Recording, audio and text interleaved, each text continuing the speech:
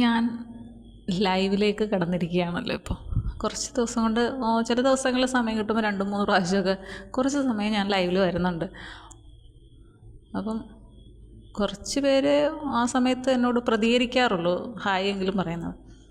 അപ്പോൾ അതിലൊരാൾ പിന്നെ എൻ്റെ അടുത്ത് ചോദിച്ചു, ടീച്ചറാണ്, നേരത്തെ കുട്ടികൾ തല്ലുമായിരുന്നോ, ഇപ്പം തല്ലാറുണ്ടോ, മിസ് ചെയ്യുന്നുണ്ടോ എന്നൊക്കെ ചോദിച്ചു.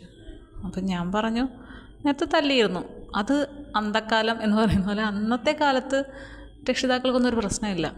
തല്ലിയില്ലെങ്കിൽ ചോദിക്കുന്ന കാലമായിരുന്നു അത്.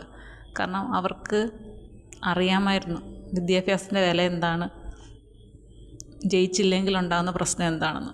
അതുകൊണ്ട് കുട്ടികൾ മസ്റ്റായിട്ടും പഠിക്കണമെന്ന് അവർക്ക് ആഗ്രഹം ഉണ്ടായിരുന്നു. ഇന്നത്തെ കാലത്ത് രക്ഷിതാക്കൾക്കറിയാം പഠിച്ചില്ലെങ്കിലും ജയിക്കുമെന്ന്. അതുകൊണ്ട് അവരത്ര ഒരു വാല്യൂവേ കൊടുക്കുന്നുള്ളൂ. അപ്പം അന്ന് ഞാൻ തല്ലിയിരുന്നു, ഞാൻ പറഞ്ഞു. ഇപ്പോൾ തല്ലും, ഇപ്പം തല്ലത്തില്ല, അതിൻ്റെ ആവശ്യം ഇല്ല. നമ്മൾ ഒത്തിരി അങ്ങ് കുട്ടികളോട് പഠിക്കാൻ പറഞ്ഞു കഴിഞ്ഞാൽ അവർക്ക് ഇഷ്ടമില്ല. കാരണം അവരുടെ മനസ്സിലും ഈ ഒരു ഇത് കയറിയിട്ടുണ്ട്. പഠിക്കേണ്ട കുട്ടികൾ തല്ലിയാലും തല്ലിയില്ലെങ്കിൽ അവർക്കറിയാം, ലക്ഷ്യബോധമുള്ള കുട്ടികളുണ്ട്, എനിക്കിങ്ങനായി മാറണമെന്നുള്ള. അവർ പഠിക്കും. നമ്മൾ പറഞ്ഞില്ലെങ്കിലും പഠിപ്പിച്ചില്ലെങ്കിലും അവർ പഠിക്കും. പക്ഷേ കുറച്ച് കുട്ടികളുണ്ട്, ഞങ്ങൾക്ക് ഇങ്ങനെയൊക്കെ മതി, ഞങ്ങളിങ്ങനെയൊക്കെ പഠിക്കുള്ളൂ എന്നുള്ളത്. വീട്ടുകാർക്കും അതിനൊന്നും പ്രശ്നമില്ല, അവർക്ക് ജയിച്ചാൽ മതി എങ്ങനെയെങ്കിലും, ആ രീതിയിലാണ് മുന്നോട്ട് പോകുന്നത്. അതുകൊണ്ട് തല്ലിയിട്ടൊന്നും കാര്യമൊന്നുമില്ല. പിന്നെ ക്ലാസ്സിൽ അടങ്ങി ഒതുങ്ങി ഇരുന്നില്ല, ബഹളവും വഴക്കും കേട്ടിരിക്കുവാണെങ്കിൽ നമ്മൾ തീർച്ചയായിട്ടും അത് എന്താണെന്ന് വെച്ചാൽ ചെയ്യണം, ആ രീതിയിലേ പോകുന്നുള്ളൂ. അപ്പം പറഞ്ഞു, തല്ലുന്നത് കയ്യിലാണോ എന്ന് ചോദിച്ചു. അപ്പോൾ അന്നത്തെ കാലത്തൊക്കെ തല്ലുന്നത് എപ്പോഴും കയ്യിലാണ്. പിന്നെ ആൺകുട്ടികളെയൊക്കെ സാറന്മാരിങ്ങനെ കാലിലടിക്കും. അതൊക്കെ പണ്ട് വർഷങ്ങൾക്ക് മുമ്പുള്ളതാണ്. അപ്പോൾ എന്നോട് ചോദിച്ചു, ഞാൻ തീർച്ചയായിട്ടും കയ്യിലടിക്കും. അപ്പം അതിന് ഒരഭിപ്രായം പറഞ്ഞു, ആൺകുട്ടികളൊക്കെ ടീച്ചേഴ്സ് തല്ലുന്നത് ആസ്വദിക്കാറുണ്ട് എന്ന് പറഞ്ഞു. അതെന്താണ് അത്തരത്തിലുള്ളൊരു ആസ്വാദനം നൽകാനും മാത്രം വേദന എന്ന് പറയുന്നത് ആസ്വദിക്കുന്നത് എന്താണ് എനിക്കറിയില്ല. അത് ടീച്ചർ തല്ലുന്നത് കൊണ്ടാണോ അത് ആസ്വാദനത്തിൻ്റെ ലെവലിലേക്ക് പോകുന്നത് എന്നറിയില്ല. അപ്പം ടീച്ചർ തല്ലുന്നത് ആസ്വദിക്കാൻ വേണ്ടിയിട്ട്, തല്ല് മേടിക്കാൻ വേണ്ടിയിട്ടും എന്തെങ്കിലുമൊക്കെ കാണിച്ചു കൂട്ടുന്ന കുട്ടികളുണ്ടാവാം. അത് അവരുടെ മനോനിലയുടേതായിട്ടുള്ള ഒരു കാര്യമാണ്, അതവരുടെ മനസ്സാണ്. പിന്നെ ടീച്ചറിനായിട്ട് കാണണം, കുട്ടിയെ കുട്ടിയായിട്ട് കാണണം, അല്ലേ? അതിൻ്റെ ഇടയ്ക്ക് മറ്റൊരു രീതിയിലുള്ള കാര്യങ്ങൾക്ക് സ്ഥാനമില്ല.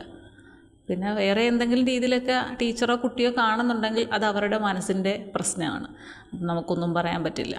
പിന്നെ കുട്ടികളെ തല്ലുന്ന കാര്യം പറയുമ്പോഴത്തേക്കും നമുക്കറിയാവുന്ന കുറച്ച് ചേട്ടന്മാരൊക്കെ ഉണ്ട് പോലീസിൽ വർക്ക് ചെയ്യുന്ന നമ്മുടെ ബന്ധുക്കളൊക്കെ. അപ്പോൾ അതിൽ നമ്മുടെ ഒരു ചേട്ടൻ പഠിപ്പിക്കാൻ പോകുന്നതിൻ്റെ കാര്യം ഇങ്ങനെ പറഞ്ഞു, തല്ലുക കുട്ടികളെ. ഞാൻ പറഞ്ഞു, പണ്ടുണ്ടായത്, ഇപ്പം തല്ലാതിരിക്കുന്നത് നല്ലത്. കാരണം അവരുടെ ആവശ്യമാണല്ലോ. പിന്നെ തല്ലിക്കഴിഞ്ഞ് ഇവിടെ സ്റ്റേഷനിൽ ഒരുപാട് പരാതികൾ വരുന്നുണ്ട് തല്ലുന്നത് കൊണ്ട്. അതുകൊണ്ട് എന്നോട് പറഞ്ഞു, ഇനി തല്ലണോ വേണ്ടയോ എന്ന് തീരുമാനിക്കണം. ഞാൻ പറഞ്ഞു, ഇല്ല, അത് പഴയ കാലം, ഇനി എനിക്ക് അങ്ങനെയുള്ള തല്ലണം എന്നുള്ള ഇതൊന്നുമില്ല. പിന്നെ അവരോട് പറയാനുള്ളത്, കഷ്ടമുണ്ട്, പഠിക്ക്. ഈ രീതിയിൽ അവരുടെ മനസ്സിന് ഒരു പാവം തോന്നി, ടീച്ചർ പറഞ്ഞല്ലേ അതുകൊണ്ട് പഠിച്ചേക്കാം എന്ന് കരുതി കുട്ടികൾ പഠിക്കത്തക്ക രീതിയിലുള്ള എന്തെങ്കിലും കാര്യമേ പറയുള്ളൂ എന്ന രീതിയിലാണ് ഞാനും പോകുന്നത്. നമ്മളെന്തിനാണ് കൂടുതൽ സ്ട്രെയിൻ എടുത്തിട്ട്, നമ്മുടെ പ്രിൻസിപ്പൾ പറഞ്ഞതുപോലെ നമ്മൾ ദേഷ്യം കാണിച്ച് നമ്മുടെ ശരീരത്തിനും കൂടെ അത് മോശമായി ബാധിക്കുന്നത്. അപ്പോൾ അങ്ങനെ ചെയ്യാതിരിക്കുന്നതല്ലേ നല്ലത് എന്ന് പറഞ്ഞു. ശരിയാണ്, നമ്മുടെ ദേഷ്യത്തെ നിയന്ത്രിച്ചാൽ നമുക്ക് ഒരുപാട് കാര്യങ്ങൾ ഉണ്ട് നേടാൻ.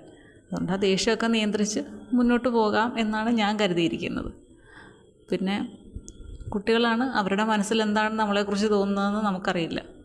അതിപ്പോൾ ആർക്കും അങ്ങനെ അറിയില്ല. എൻ്റെ മനസ്സിലെന്താണെന്ന് മറ്റുള്ളവർക്കറിയില്ല, മറ്റുള്ളവരുടെ മനസ്സിലെന്താണെന്ന് എനിക്കും അറിയില്ല. എല്ലാവരുടെയും കാര്യത്തിൽ അതുപോലെ തന്നെയാണ്. പിന്നെ ഒരു ടീച്ചറായിട്ടുള്ള എന്നെ അല്ലെങ്കിൽ എൻ്റെ സംസാരവും ഇഷ്ടമാണെന്ന് പറയുന്നു, ഓക്കെ, സമ്മതിച്ചു. അതൊരു പക്ഷേ ഞാൻ ഇത്രയും വർഷം പഠിപ്പിച്ചതിൻ്റെ ആ ഒരു രീതി അനുസരിച്ചായിരിക്കാം ഇഷ്ടപ്പെടുന്നത്.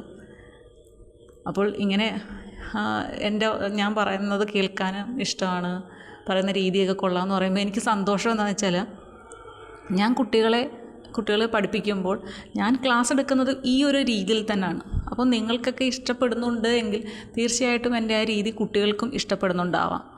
അപ്പോൾ അതെനിക്ക് ഭയങ്കരമായിട്ട് സന്തോഷം തോന്നി അങ്ങനെ പറഞ്ഞപ്പോൾ. അപ്പോൾ ഇനിയും അങ്ങനെയൊക്കെയുള്ള കാര്യങ്ങൾ വീണ്ടും പ്രതീക്ഷിക്കുന്നു.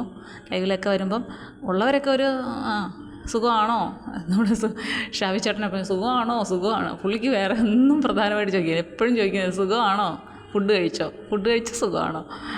മോളോടും ചോദിക്കുന്നത് ഈ കാര്യമാണ്. അപ്പം കുറച്ച് നേരം ഞങ്ങളോട് രണ്ടുപേരുടെ എന്നോടും മോളോടും സംസാരിച്ചിട്ടൊക്കെ പോവാം. അപ്പോൾ സമയം കിട്ടുമ്പം വരിക, ഞാൻ വരാൻ ശ്രമിക്കാം. ചിലപ്പോൾ ഈ കറണ്ടിൻ്റെ പ്രശ്നവും നെറ്റിൻ്റെയൊക്കെ പ്രശ്നം കൊണ്ടാണ് പലപ്പോഴും പറ്റാതെ വരുന്നത്. എന്തായാലും വീണ്ടും കേൾക്കാം. ഓക്കെ.